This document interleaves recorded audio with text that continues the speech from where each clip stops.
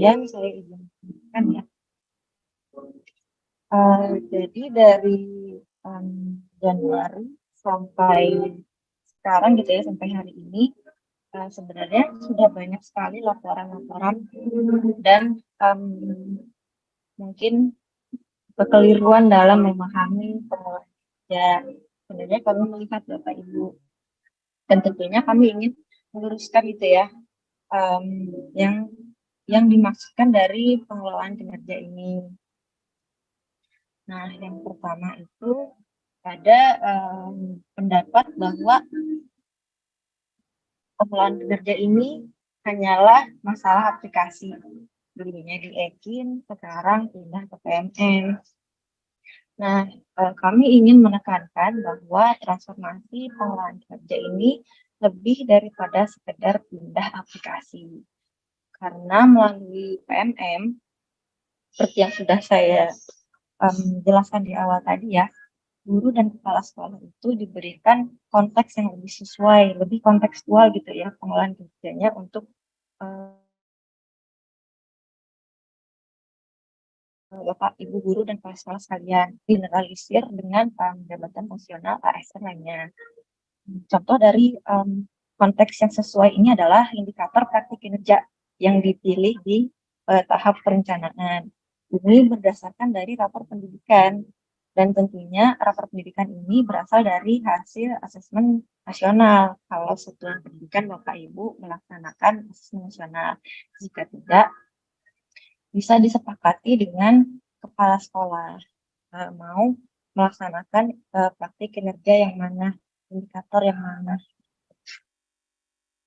Kemudian skema pengembangan kompetensinya berpusat pada dampak praktik pembelajaran di kelas bagi guru atau bagi di satuan pendidikan bagi Bapak Ibu kepala sekolah. Kemudian pelaksanaan praktik kinerjanya dibersamai oleh sistem observasi kelas tadi ya, sehingga di sini kita lebih mementingkan prosesnya.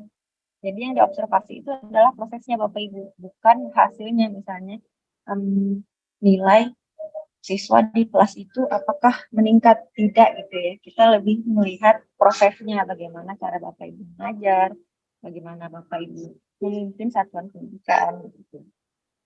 Dan masih banyak lagi. Nah, PMS ini harus diupayakan untuk menunjang, mendukung kita semua untuk mencapai poin-poin tersebut gitu ya, untuk peningkatan kualitas pembelajaran. Kemudian ada pendapat lain lagi. Jadi sudah banyak di sini sebenarnya ya, pengelolaan kinerja ini menambah-nambah beban pekerjaan. Jadi nambah-nambahin kerjaan aja, nggak ada manfaatnya bagi guru dan kepala sekolah.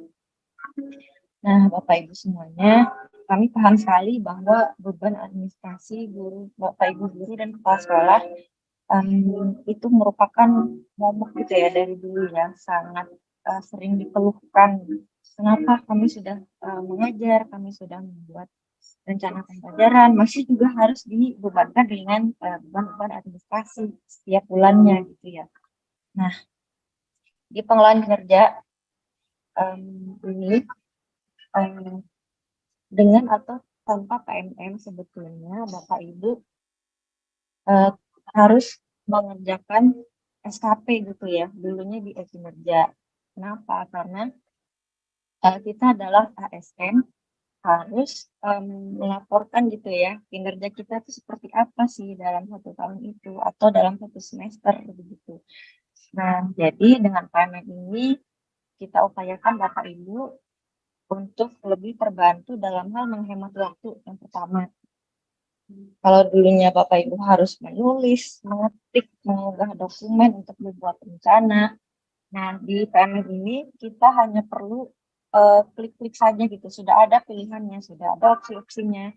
Tinggal bagaimana kita menyepakati bersama atasan gitu. Kemudian PMM juga berupaya untuk mengurangi beban administrasi Bapak Ibu semuanya, di mana di PMF sudah disediakan kolom-kolom formulir untuk diskusi tadi ya.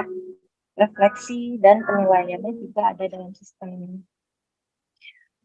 Kolom tersebut juga bersifat adaptif gitu, sesuai dengan lini masa pelaksanaan. Jadi tidak rigid gitu ya, tidak kaku kan ini sebenarnya. Jadi juga dikontekstualisasikan, disesuaikan dengan kondisi sebenarnya, kondisi kita bagaimana gitu.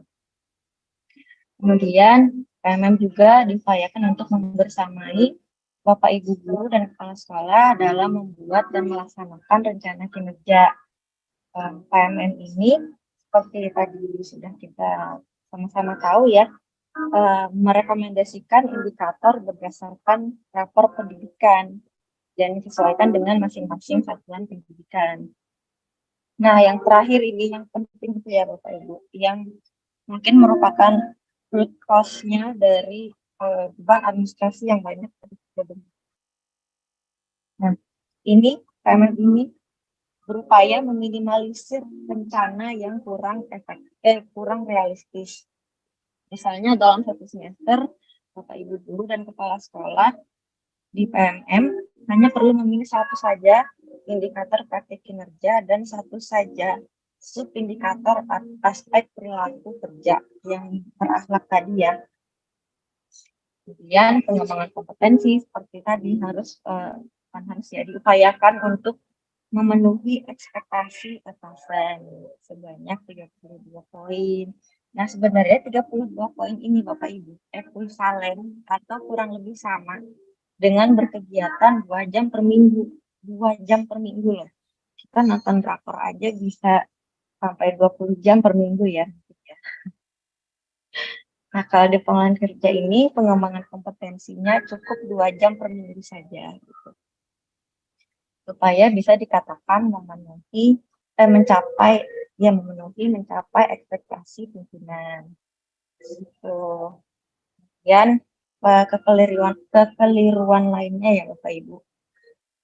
Ini mungkin yang menjadi keributan gitu ya.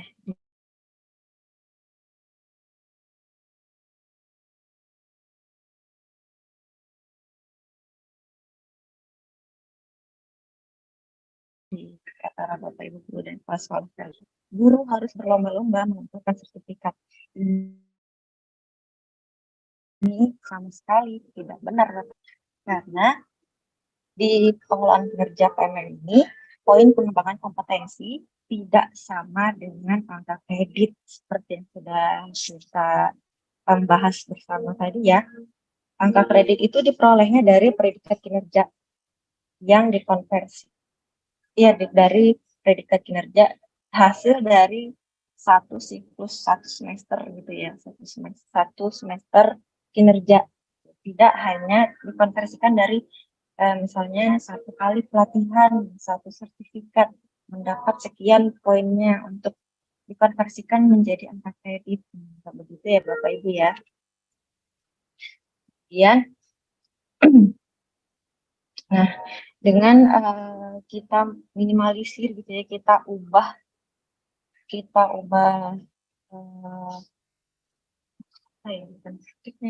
ubah prinsipnya gitu dari pengembangan kompetensi ini. Jadi Bapak Ibu tidak harus lagi berburu sertifikat, tidak harus berburu seminar, tidak harus berburu webinar. Jadi diharapkan waktu dan energi dari Bapak dan Ibu guru bisa dialihkan menjadi jadi mendiskusikan atau memikirkan, merancang strategi untuk membuat dampak positif pada pembelajaran. Jadi tidak harus kita mencari-cari pelatihan sekian JP gitu ya, harus sebenarnya.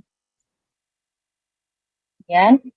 Nah, ini nih yang paling penting. Angka kredit itu Bapak Ibu diperoleh utamanya dari penilaian keseluruhan proses, bukan hanya dari satu sertifikat. Mulai dari tadi ya, upaya peningkatan praktik kinerja dan peningkatan perilaku kerja. Dua aspek utama yang dinilai tadi. Nah, poinnya itu untuk apa? Kenapa kita harus memenuhi 32 poin gitu ya? Ini hanya akan dijadikan pertimbangan dalam menentukan predikat kinerja yang tadi kita simulasikan penghitungannya gitu ya. Kemudian Nah, ini mungkin yang sering ditanyakan juga ya, mengenai keabsahan sertifikat. Ada nggak sih peraturan-peraturan sertifikat itu harus seperti apa, harus memenuhi apa gitu, penyelenggaranya tuh harus siapa, pendatangannya siapa. Nah, jadi kan sertifikat ini Bapak Ibu adalah salah satu bukti dukung. Dan bukti dukung itu tidak harus berupa sertifikat. Hmm, Jadi bukti dukung itu sebenarnya diatur dalam Perdirbin GTK nomor 7697 dan tidak harus berupa sertifikat sekali lagi ya.